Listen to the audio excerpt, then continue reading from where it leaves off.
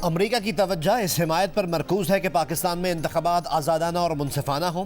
तर्जुमान अमरीकी महकमे खारजा वेदांत पटेल ने प्रेस ब्रीफिंग में कहा कि किसी उम्मीदवार या सियासी जमात की नुमाइंदगी के बारे में कोई अंदाज़ा नहीं दे सकते।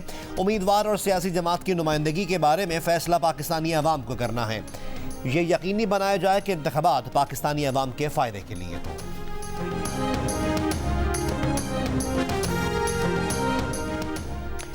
खैबर के इलाके तीरा में सिक्योरिटी फोर्सेस का खुफिया इतला पर ऑपरेशन, 3 दहशतगर्द हलाक और 3 जख्मी।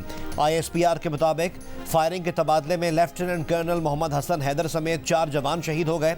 शोहदा की नमाज जनाजा पेशावर गैरिजन में अदा कर दी गई।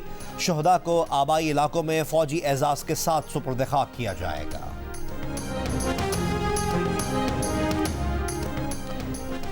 गजा पर इसराइल की वहशियाना बमबारी जारी। 24 घंटों में हॉस्पिटल समेत 460 से ज्यादा मकामात को निशाना बनाया गया।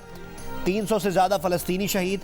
7 अक्टूबर से अब तक शहीद फलस्तीनियों की तादाद 10,000 से तजावुज कर गई। 4,000 बच्चे और 2,600 खवातीन शामिल। ईंधन फराहमी रोकने के बाद इसराइली फौज ने अस्पतालों के सोलर पैनल्स को भी निशाना बनाना शुरू कर दिया।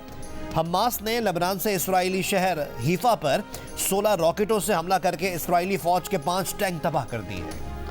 अमरीकी सदर जो बाइडन का इसराइली वजीर आजम नेतन्याहू से टेलीफोनिक राब्ता। व्हाइट हाउस के मुताबिक दोनों रहनुमाओं ने गजा में हमलों में वक्फों के इम्कान पर बात की। सेक्रेटरी जनरल अक़वाम मुत्तहिदा ने कहा कि गजा बच्चों का कब्रिस्तान बन रहा है। हर रोज सैकड़ों बच्चे बच्चियां मारे जा रहे हैं।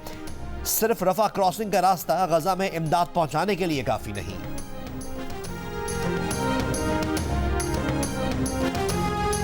और पंजाब के मैदानी इलाकों में स्मॉग और धुंध। मोटरवे M2 खानका डोगरा से कोट मोमिन तक बंद कर दी गई।